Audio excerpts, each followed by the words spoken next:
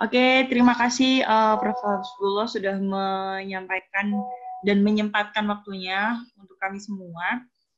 Ini langsung kita buka sesi tanya jawab ya, teman-teman. Ya. Jadi sudah ada yang Saya lihat tadi banyak yang bertanya tuh di kolom chat ya, pesan-pesannya, Prof. tapi nggak hafal. Iya, tapi saya nggak hafal lagi. Ya. Iya, jadi ini pertanyaannya akan kami filter ya teman-teman karena waktunya terbatas juga. Mungkin untuk pertanyaan pertama dari Kak Hidayatul Hasanah, mungkin bisa open mic Kak.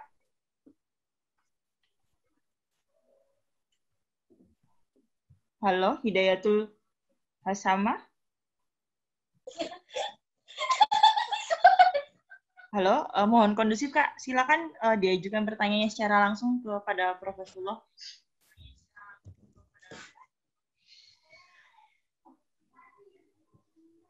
Kayaknya mute tuh itunya, mic-nya. Atau nggak kedengeran dia? Iya, Prof. Sudah di-unmute. Oke. Silakan Kak Hidayatul. Oke. Karena masih gangguan ya, sepertinya kita langsung lanjut ke pertanyaan selanjutnya, Prof. Ini ada pertanyaan dari Novita Sari. Prof, banyak di lingkungan kami tinggal itu mendapatkan penghasilan per hari atau upah harian. Sehingga kalau misalkan kebijakan karantina itu diterapkan, maka bagaimana mereka bisa memenuhi kebutuhan sehari-hari gitu. Ya. Oke, kemudian bagaimana kondisi yang seperti itu gitu jika memang lockdown akan diterapkan, sedangkan selama ini kan sepertinya memang lockdown secara bertahap begitu Prof ya dilakukan. Contohnya kayak jalur kereta dari Jogja ke Bandung aja per hari ini sudah tidak ada begitu. Itu bagaimana Prof nasibnya kelompok-kelompok marginal atau kelompok-kelompok yang memang mereka bertahan hidup dari upah harian? Ya, memang setiap masalah selalu saja ada masalah lain. Kita nggak bisa menyelesaikan satu masalah tanpa menimbulkan masalah lain. Ya. Dan disinilah kita perlu mengembangkan ulil albab, kecerdasan kita.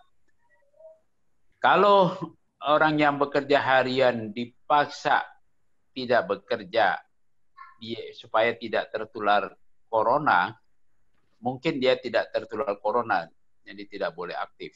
Tapi mungkin dia dan keluarganya mati kelaparan, nggak bisa makan.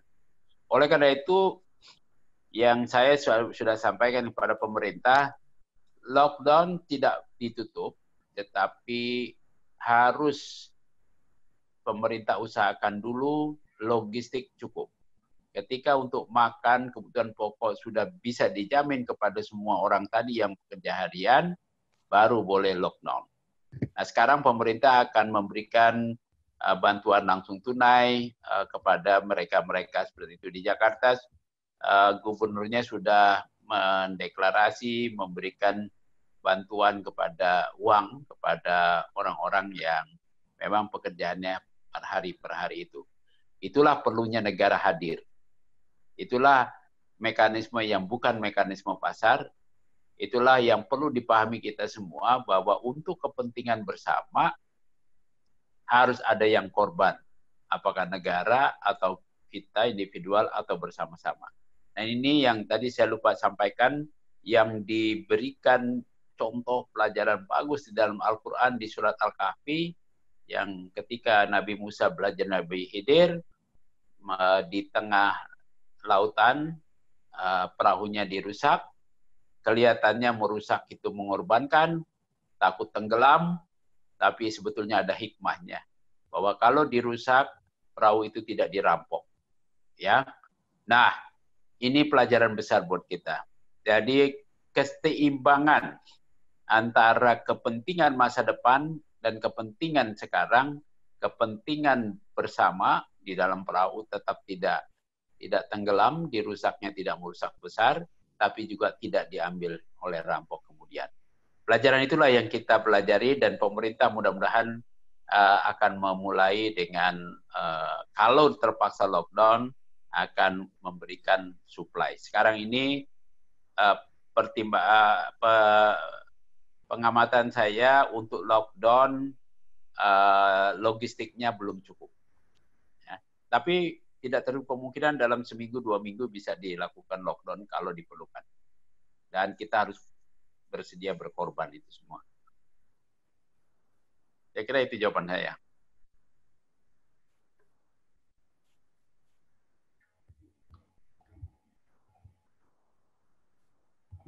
Oh, baik, terima kasih Prof atas jawabannya. Kemudian ini mungkin pertanyaan kedua ya Prof. Sekarang kan sepertinya government itu fokusnya ke COVID semua gitu. Sedangkan sebenarnya Indonesia juga punya banyak masalah triple burden disease, misalkan penyakit menular, kemudian yang lain gitu. Apakah memang harus sampai menegasikan isu-isu itu gitu? Karena sepertinya sekarang semua sumber daya sedang dikerahkan untuk COVID begitu.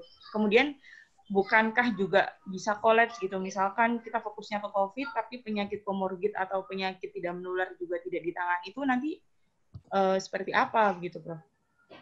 Ya, halo? Ya? Belum dibuka tuh kayaknya tuh, halo? Halo? Halo? Kayaknya belum dibuka itu masih, oh sudah dibuka ya? Udah keren ya? Sudah jelas Prof pertanyaannya? Oke, ya. Baik, memang tidak boleh ada yang ditinggalkan. Betul bahwa pemerintah dan para petugas kesehatan harus tetap melayani penyakit non-COVID. Saya kira tidak neglected, cuman dalam pemberitaan memang tidak keluar. Karena kenyataannya di rumah sakit mereka yang TB, yang hipertensi, yang diabetes tetap dilayanin, ya. Cuman di dalam melayani mereka tetap harus hati-hati jangan sampai terjadi kerumunan yang memudahkan menimbulkan penyakit COVID ini berserakan kemana-mana. Jadi nggak boleh ditinggalkan dan memang tidak ditinggalkan sebetulnya.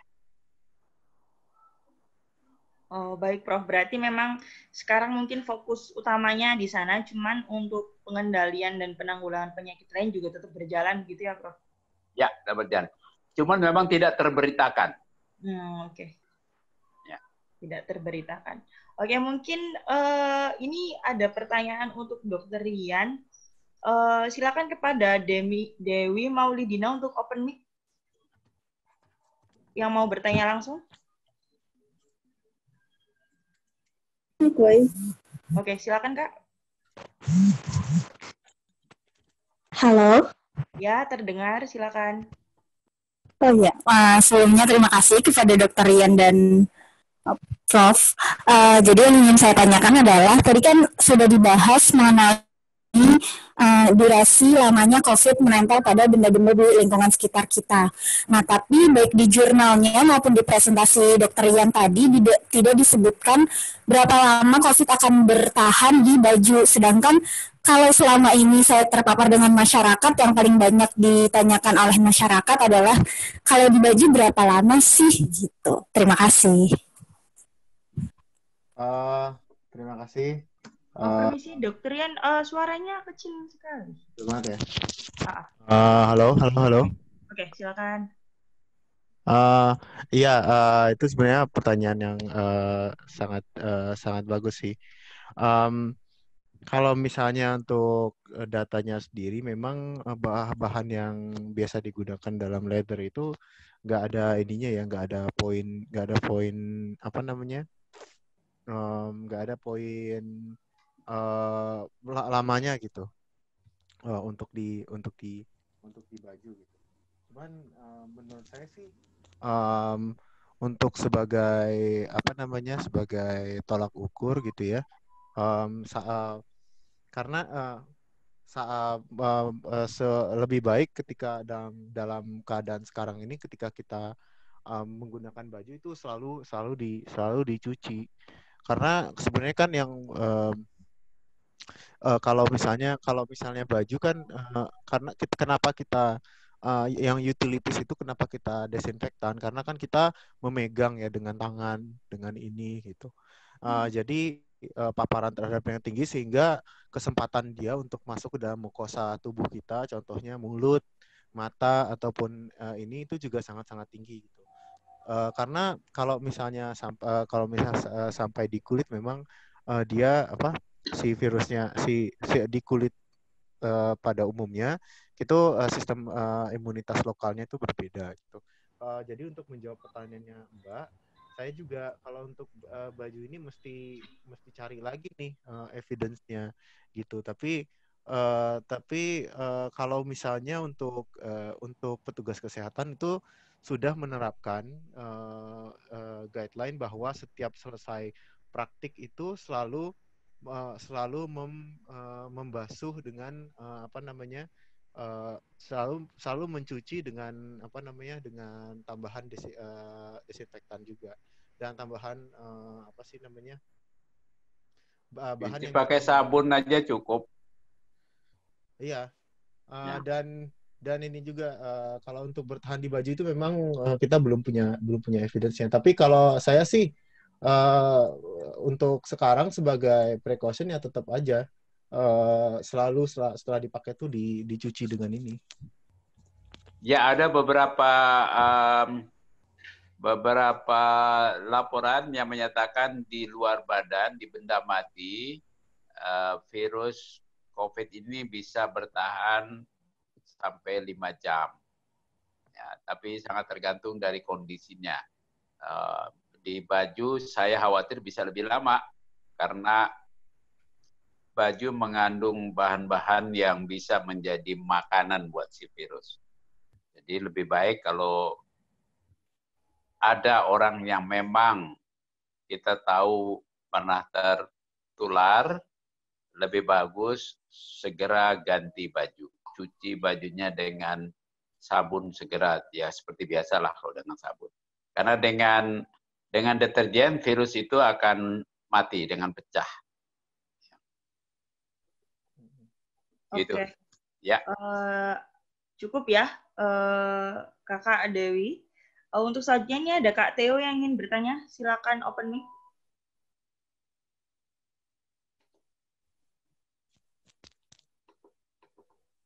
Oke, permisi ada ini Kak Dewinya mau menanggapi. Silakan Kak.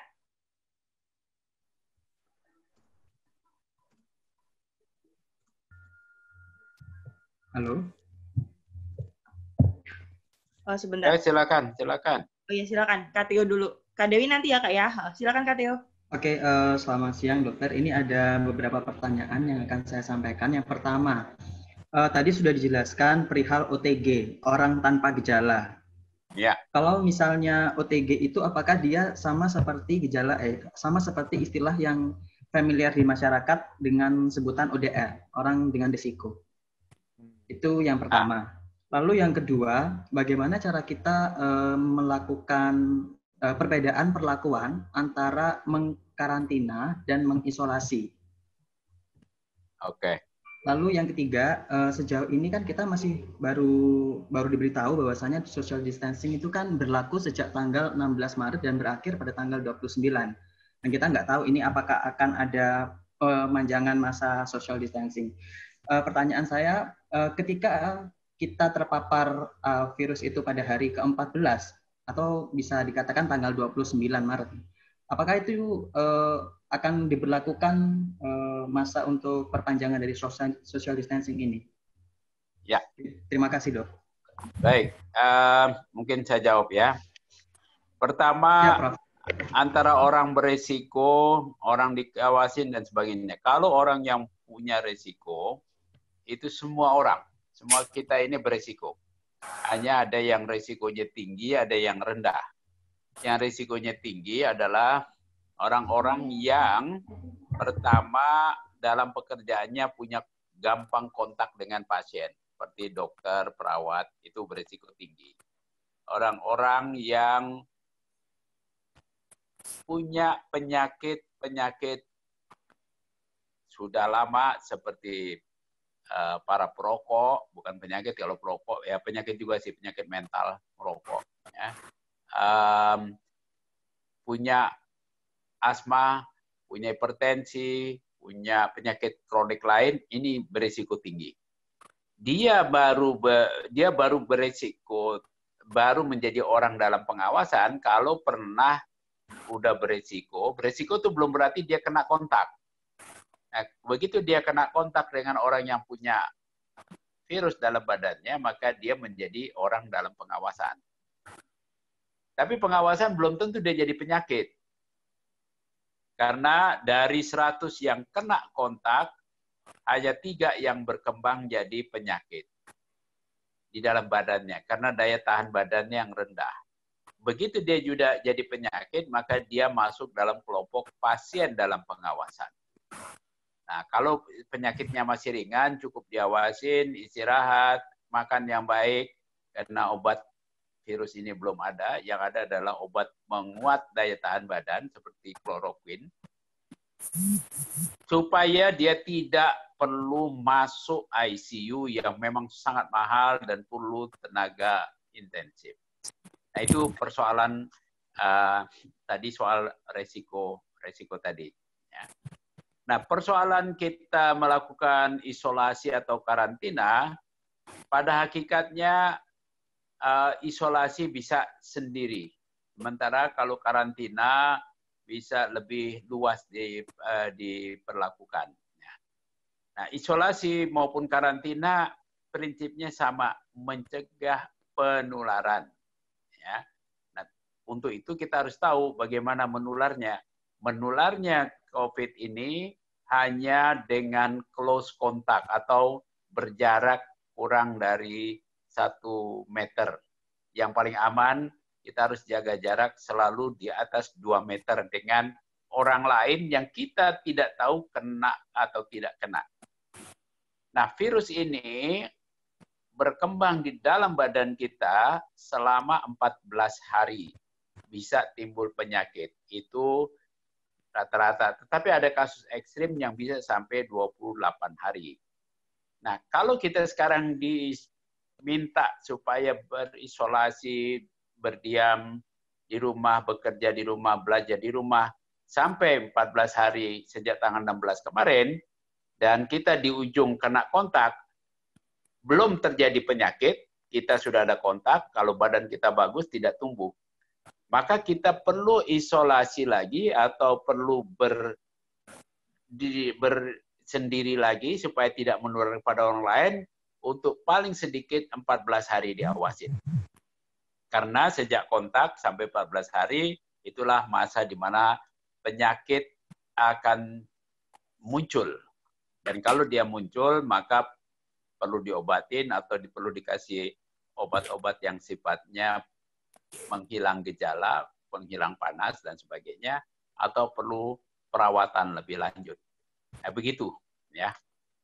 Jadi tetap kalau udah di hari ke-14, nanti tanggal 28, tanggal 30 ini kena kontak, ya harus diisolasi 14 hari lagi. Oke. Ya. Kak Theo ada feedback? Oke. Saya bertanya ya nih, memfeedbackkan tentang gejala yang ODP aja. Kalau misalnya tadi kan di dalam slide-nya Dr. Ian itu mengatakan kalau misalnya ODP itu kan ada demam, lalu atau gangguan pernafasan, dan ada kontak selama 14 hari sebelumnya. Nah, ini kalau misalnya orang yang habis dari zona merah, lalu mengunjungi satu zona atau pulang ke rumahnya, apakah dia otomatis menjadi ODP? Tanpa ada gejala. Halo. Oke, silakan Dr. Ian atau Prof. Hasbullah. Kasih Prof izin menjawab. Jadi ya, untuk Dian silakan jawab karena saya ada satu lagi ini yang dengan BPJS ini. Iya, saya nanti akan nyusul ke sana. Ya, jadi untuk yang ODP itu, Mas. Nah, memang OTG ini merupakan menurut saya definisi yang baru ya. Dari terutama karena saya merefer pada selamat sore. guideline guideline gugus tugas gitu.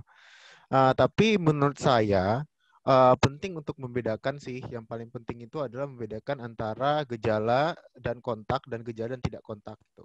Dulu definisinya Kemenkes adalah ODP itu bahwa ada kontak dengan kasus yang terkonfirmasi positif tapi belum menimbulkan gejala. Itu adalah namanya ODP.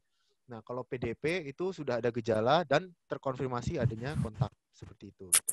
Nah, kalau untuk yang definisi sekarang dari gugus tugas, saya sangat membaca sih sebenarnya lebih ke arah ketika kita misalnya sudah kontak ya sudah masukin aja gitu di dalam ODP. Nah, menurut saya sih pada intinya adalah ketika memang ada kontak, ada juga yang menerapkan adanya zona hijau, kuning, dan merah.